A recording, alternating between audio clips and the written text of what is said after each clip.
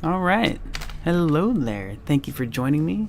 I've been thinking about doing this for a while now, share my screenshots going on that I have for the different games that I play, and I put these up on Facebook and such in my photo albums, but I figured I'd start doing videos.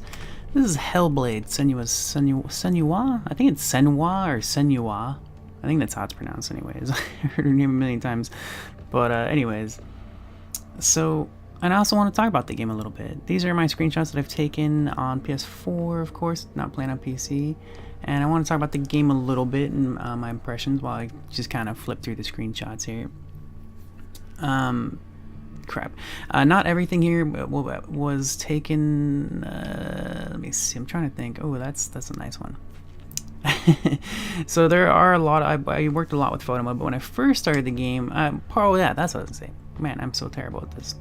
A lot of times when I take screenshots, I like to share the journey that I took through the game. So not all the screenshots are really like something that you're gonna see that's spectacular, mind-blowing. It's really just to share the journey. Sometimes different camera angles that I like, stuff like that. So I love to get great, like I like that.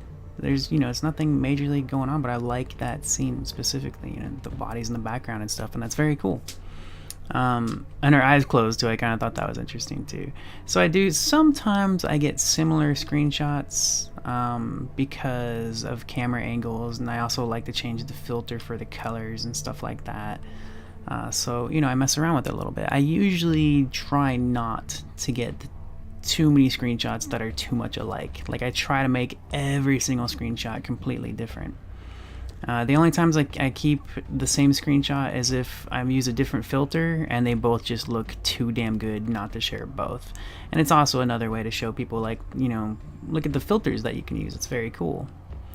As far as the game itself, this is an interesting thing to me when I think about Hellblade, because the whole story behind the world and the character is about trying to share what it's like, trying to make people understand and I guess see what it's like to have a mental illness in real life, and for me, and this goes for any game that I play, whenever I play any game, I like to interpret it in my own way. I like to see the characters in my perspective, and even though they have their own story, I still look at it in my own way.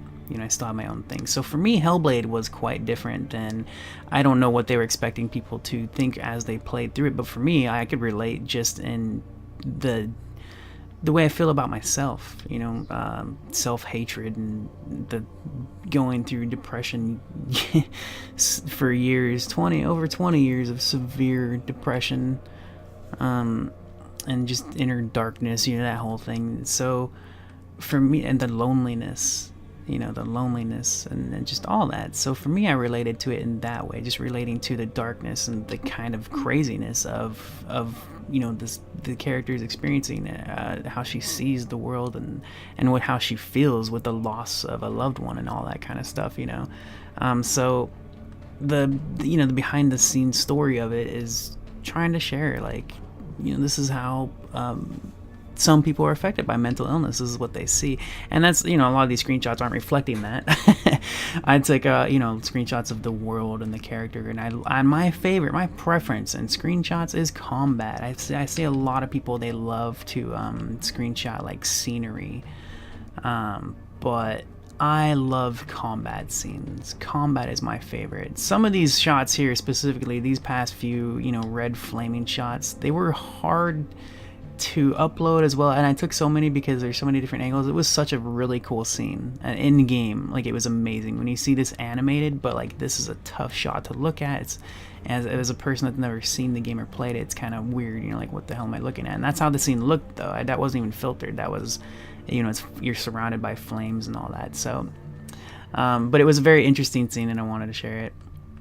And this is actually, this specific screen is after all that red stuff. Like, we were in this area, but it was all in flames and craziness and stuff, but yeah, so a lot of the game I do have screenshots, and I'm sure they'll come up where it shows like kind of the puzzle elements and the things that you see in the world when there's like letters everywhere and symbols and stuff. And so part of that story is like people that are mentally ill I'm not sure what the mental illness itself is called. You know, there are different types of mental illness, so I didn't memorize all that, you know, that they focused on. For me, I was able to relate to the game in a different way. It wasn't, you know, so it's interesting to me that they were, you know, let's make a game about a mentally ill character.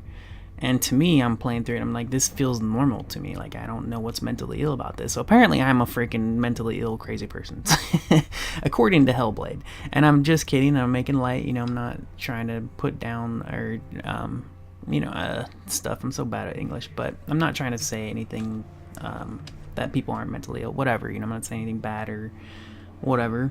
To me, like, oftentimes when I see mental illness reflected in a story, like a TV show or a movie, like Fight Club, for example, what the hell, Brad Pitt's character when he was in the mental hospital, like, I felt like I could totally relate to that character, you know?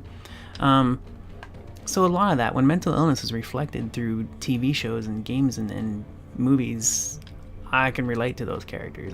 You know, like, which is kind of weird to say, because, like, I feel stupid for saying it, but I do. I can totally relate.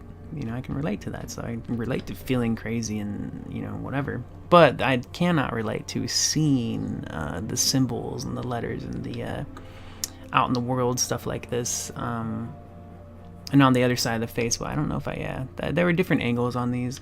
It's just interesting stuff. So, and this was where we see her, or we finally, through the game, like, this is pretty far into it, where we see her love. But yeah, so I don't know.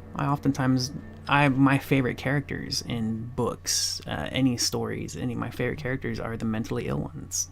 So there's one with the symbols up in there. That's kind of a slow-mo combat thing where you enter slow-mo and you just kick major ass. The game is awesome. I love the crap out of this game. The combat is fun. The world is incredible. This right here reminds me of two different movies that I really, really enjoy. What Dreams May Come.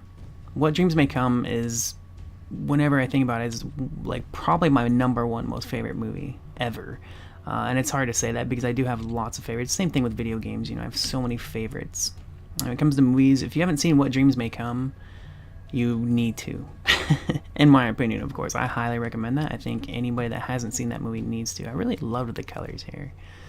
So that one level with the bodies everywhere in the walls and stuff like that reaching out reminds me of What Dreams May Come, as well as Nightmare on Elm Street. So I love the Nightmare on Elm Street. I think I first ever saw that when I was like 14 years old, and I was so entertained by Freddy Krueger, man. He made me laugh, and I was creeped out, but he made me laugh, dude. That dude was hilarious, man. I'll never forget that about that whole series. The whole movie, just Freddy Krueger always made me laugh, dude. That guy was super inventive, and you know, he would mock the people he was killing and stuff, and I'm not into killing, right, like in real life and stuff, but just when it's that kind of crazy, like dream escape kind of stuff, you know, dreams and nightmares, and, like, you know, it's just interesting to me and entertaining, which again is probably part of my apparently I'm crazy kind of a thing, but, you know, whatever. So this game, I did forget, I had started a second playthrough, and I got halfway through it before I started getting all these new games that came out recently in October. You know, Shadow of War, then Assassin's Creed Origins, and now Mario Odyssey, and I forget what, I got Mass Effect, Andromeda, and that's not a brand new game, but I did get some newer games because they were cheap and stuff, so I picked them up. But I was playing through a second playthrough of this game, and I got halfway through it before I started moving into the newer games that I picked up. But yeah, so the combat is super fun, and you know, the one thing about this game that just made me think it was funny is just it is kind of a walking simulator. You know, there's a lot of walking. It's a very story driven game. It's very story focused, but when it comes to combat, the combat is so much fun, man. It's really good. Nothing super advanced, but it's tons of fun.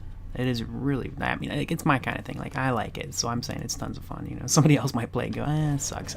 But when I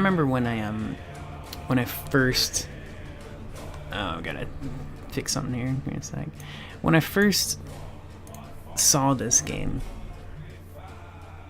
I knew, when I was first watching trailers and dev diaries, I knew that this was going to be story driven and lots of walking. Like, you could tell just all the videos that they showed, you know, it's just Senua walking, you know. So I expected that when I played the game. And this happened with Quantum Break when see, that's, I always think about the difference between this game and Quantum Break, because Quantum Break for me was such a major letdown. I think it's a great game. It really is, and lately I've been thinking about playing another playthrough of it.